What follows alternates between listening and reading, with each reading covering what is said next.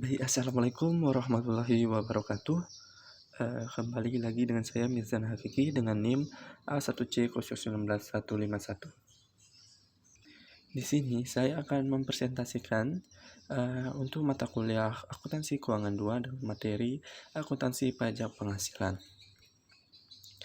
Akuntansi Pajak Penghasilan. Laba yang dihasilkan oleh perusahaan merupakan objek pajak pajak penghasilan.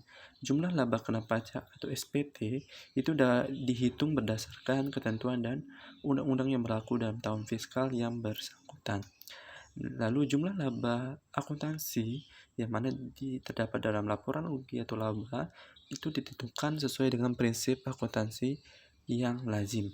Nah, perbedaannya ini berakibat adanya perbedaan jumlah pajak penghasilan yang diperhitungkan menurut laba akuntansi dengan jumlah pajak penghasilan yang terhutang menurut SPT. Sehingga masalah yang timbul dalam akuntansi adalah bagaimana mengakui dan mencatat perbedaan tersebut dalam rekening pembekuan serta menyajikan pengaruhnya dalam laporan keuangan. Perlakuan akuntansi terhadap pajak penghasilan. Pajak penghasilan yang diperlakukan sebagai biaya bagi perusahaan. Oleh karena itu, pajak penghasilan terus diasosiasikan dengan laba yang dimana pajak penghasilan tersebut dikenakan atau diperhitungkan. Proses untuk mengasosiasikan pajak penghasilan dengan laba yang dimana pajak itu dikenakan disebut alokasi pajak. Karena tarif pajak penghasilan berubah-ubah dari waktu ke waktu, maka nanti diperlukan suatu metode alokasi agar diperolehnya kepastian dan perlakuan yang konsisten terhadap pajak penghasilan tersebut beserta penyajiannya dalam laporan keuangan. Nah, di sini terdapat 3 metode alokasi pajak yang bisa dipakai. Yang pertama, ada deferred method. Nah, di metode ini selisih jumlah pajak penghasilan terhutang berdasarkan SPT dengan biaya pajak penghasilan berdasar laba akuntansi dalam suatu periode harus dicatat dan disajikan dalam laporan keuangan sebagai pajak yang ditangguhkan. Jumlah pajak yang ditangguhkan ditentukan berdasarkan tarif pajak yang berlaku pada saat terjadinya transaksi atau item yang menyebabkan terjadinya perbedaan atau selisih antara laba kena pajak dan laba akuntansinya. Di deferred method berorientasi pada laporan laba rugi dan menitik beratkan pada tercapainya proper matching antara pendapatan dan biaya dalam periode di mana selisih perhitungan pajak terjadi. Yang kedua, liability method. Nah, di metode ini jumlah pajak yang ditangguhkan ditentukan berdasarkan tarif pajak yang diharapkan akan berlaku dalam periode di mana selisih pajak akan dikompensasikan. Perhitungan pajak yang ditangguhkan bersifat tentatif yang selalu memerlukan penyesuaian pada setiap kali terjadinya perubahan tarif pajak penghasilan. Nah, menurut liability method ini, pajak yang ditangguhkan harus dipandang sebagai kewajiban ekonomis untuk pajak yang terhutang atau sebagai aktiva untuk pajak yang dibayar di muka. Selanjutnya, metode yang ketiga yaitu net of tax method. Menurut metode ini, melaporkan pajak yang ditangguhkan dalam neraca tidak dibenarkan karena biaya pajak penghasilan yang dilaporkan dalam laporan rugi laba harus sama dengan jumlah pajak penghasilan terhutang atau pajak yang harus dibayar untuk periode yang bersangkutan. Selisih yang terjadi karena adanya perbedaan laba kena pajak dan laba akuntansi tidak dibukukan dalam suatu rekening tersendiri, tetapi ditambahkan atau dikurangkan kepada aktiva atau hutang tertentu, serta unsur pendapatan atau biaya yang bersangkutan. Adapun prinsip-prinsip alokasi pajak. Pada dasarnya, alokasi pajak penghasilan bagi perusahaan sebagai wajib pajak bisa mencakup 2 hal. Yang pertama adalah interperiod allocation, yang mana interperiod allocation ini merupakan proses alokasi pajak penghasilan antar periode tahun buku yang satu dengan periode tahun buku berikutnya atau sesudahnya. Alokasi pajak penghasilan antar periode tahun buku ini diperlukan karena adanya perbedaan terhadap jumlah laba kena pajak dan laba akuntansi. Lalu yang kedua yaitu alokasi pajak yang kedua yaitu intra-period allocation, yang mana merupakan proses alokasi pajak penghasilan dalam suatu periode akuntansi karena adanya perbedaan tarif pajak yang dikenakan terhadap tiap-tiap komponen laba atau pendapatan. Misalnya, tarif pajak untuk laba sebelum pos luar biasa berbeda dengan tarif pajak untuk laba atau rugi luar biasa.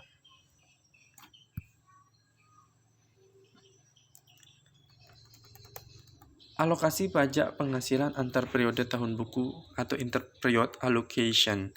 Contoh kasusnya, pada tanggal 1 Januari 1987, sebuah perusahaan membeli sebuah villa yang berikut tanahnya dengan harga 90 juta dan 15 juta diantaranya merupakan harga tanahnya. Menurut ketentuan perpajakan, bangunan villa harus disusut berdasar metode garis lurus dengan taksiran umur 20 tahun. Sementara kebijakan akuntansi pada perusahaan tersebut menetapkan bahwa bangunan villa disusut berdasar metode garis lurus dengan taksiran umur 10 tahun. Apabila perusahaan memperoleh pendapatan sebesar 10 juta dengan biaya operasi, tidak termasuk biaya depresiasi sebesar 1 juta setiap tahun selama 20 tahun. Sedangkan tarif pajak yang berlaku untuk tingkat laba yang dihasilkan perusahaan pada saat itu sebesar 40%. Maka, perhitungan jumlah pajak penghasilan setiap tahun selama 20 tahun adalah sebagai berikut.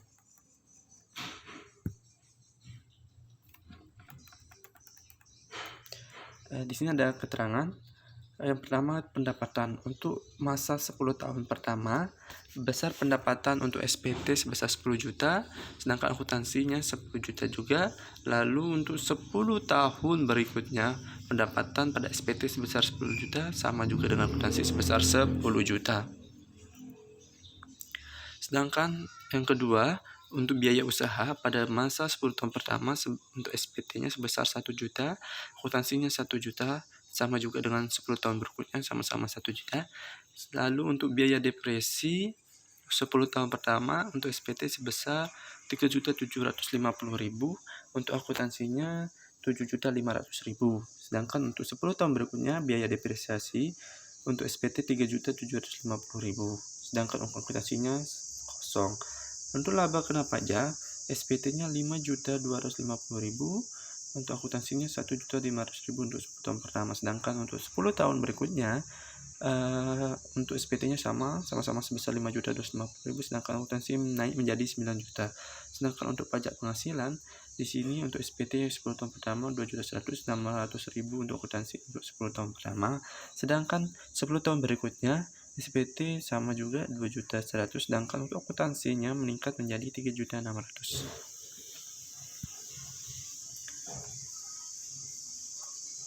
Nah, tanpa alokasi pajak penghasilan, maka besarnya pajak penghasilan yang harus disajikan dalam laporan rugi laba akan sama jumlahnya dengan pajak yang terutang menurut kantor pajak dalam SPT, yaitu sebesar 2.100.000 per tahun yang berlangsung selama 20 tahun.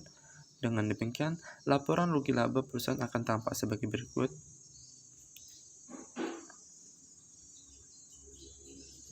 Bisa dilihat, pada tahun 1987 pajak penghasilan dicatat jurnalnya, yaitu pada debit pajak penghasilan sebesar 2.100.000, sedangkan untuk kredit hutang pajak penghasilan juga sebesar 2.100.000.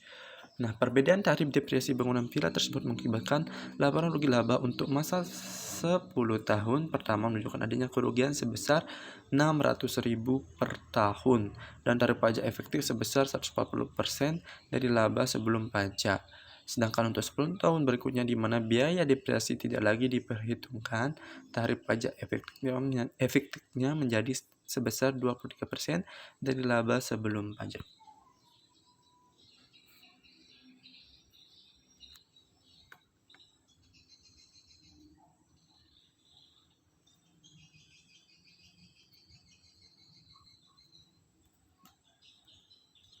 Adapun alasan perlunya alokasi pajak. Nah, tanpa alokasi pajak, laporan perhitungan rugi laba untuk perusahaan tersebut tidak menunjukkan jumlah yang realistis jika dibandingkan dengan laba yang diperoleh perusahaan. Hal ini disebabkan biaya depresiasi untuk tujuan akuntansi diperhitungkan atas dasar taksiran umur bangunan selama 10 tahun. Sedangkan untuk perhitungan pajak penghasilan ditetapkan umur bangunan adalah 20 tahun. Sebagai akibatnya, pajak penghasilan dilaporkan dalam laporan rugi laba tidak sesuai dengan laba kena pajaknya. Oleh karena itu, perlu diadakan alokasi pajak antar periode agar pajak penghasilan menunjukkan korelasinya dengan laba yang diperoleh perusahaan, sehingga aplikasi prosedur pajak pada laporan perhitungan laba rugi laba setiap tahunnya selama 20 tahun adalah sebagai berikut. Pendapatannya sama-sama 10 juta, dikurangi biaya usaha 1 juta, sedangkan depresi bangunannya untuk 10 tahun pertama 7.500.000, sedangkan 10 tahun berikutnya tidak ada laba sebelum pajak di sebesar 1.500.000 untuk 10 tahun pertama, sedangkan 10 tahun berikutnya 9 juta. Lalu pajak penghasilan 40%, 600.000 untuk 10 tahun pertama, sedangkan 10 tahun berikutnya 3.600.000, sehingga laba bersihnya yaitu 900.000 untuk 10 tahun pertama, sedangkan 10 tahun berikutnya 5.400.000. Dengan alokasi pajak antar periode tidak berarti jumlah pajak yang harus dibayar perusahaan tiap tahunnya menjadi berbeda. Pada dasarnya, perusahaan tetap diwajibkan membayar pajak penghasilan sebesar 2.100.000 setiap tahun selama 20 tahun. Perbandingan kedua prosedur tersebut dilihat dari segi pengaruhnya terhadap pajak penghasilan yang dilaporkan dalam laporan rugi laba. Ya, laporan rugi labanya sebagai berikut ini bisa dilihat jumlah per tahunnya kan 10 tahun 2.100.000 tanpa alokasi 2.100.000 dengan alokasi 600.000, sedangkan selama 10 tahun menjadi dikalikan 10 menjadi 2.100.000, 2.100.000 dan 600 menjadi 6 juta. Sedangkan untuk 10 tahun berikutnya jumlah per tahunnya dibayarkan 2.100.000, 2.100.000 tanpa alokasi juga 2.100.000, sedangkan dengan alokasi menjadi 3.600.000. Jumlah selama setahun dikalikan 10, 21 juta, 21 juta, 36 juta. Sehingga total untuk 20 tahun dibayarkan 42 juta tanpa alokasi 42 juga, sama juga dengan alokasi sehingga sama menjadi 42 juta. Prosedur pembukuan alokasi pajak antar periode. Misal, perusahaan melakukan setoran pajak penghasilan setiap bulan sebesar Rp125.000 dimulai pada bulan Januari. Dengan demikian sampai dengan akhir bulan Desember 1987, pajak penghasilan yang sudah disetor sebesar Rp1.375.000 itu didapatkan dari jadi bulan 1 maksud saya, yaitu 125.000 dikalikan 11 bulan. Kenapa tidak dikalikan 12? Karena bulan Desember tidak dihitung. Setoran pajak dalam bulan tertentu diberlakukan sebagai angsuran pajak untuk bulan sebelumnya.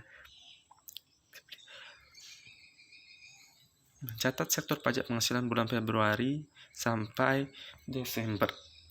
Uang muka pajak penghasilan 1.250.000, uang kas 1.250.000. Mencatat pajak penghasilan diperlukan untuk tahun 1987.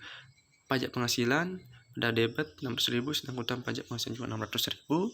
Mencatat perhitungan penyelesaian uang muka pajak penghasilan terutama menurut SPT tahunan pada tahun 1987. Pajak penghasilan yang ditangguhkan 1.500.000, uang muka pajak penghasilan 1.375.000, di kredit juga ada hutang pajak penghasilan 125.000.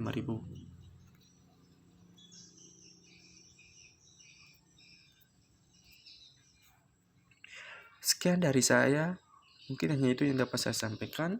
Apabila ada kurang atau kesalahan, saya mohon maaf. Sekian, wassalamualaikum warahmatullahi wabarakatuh. Terima kasih.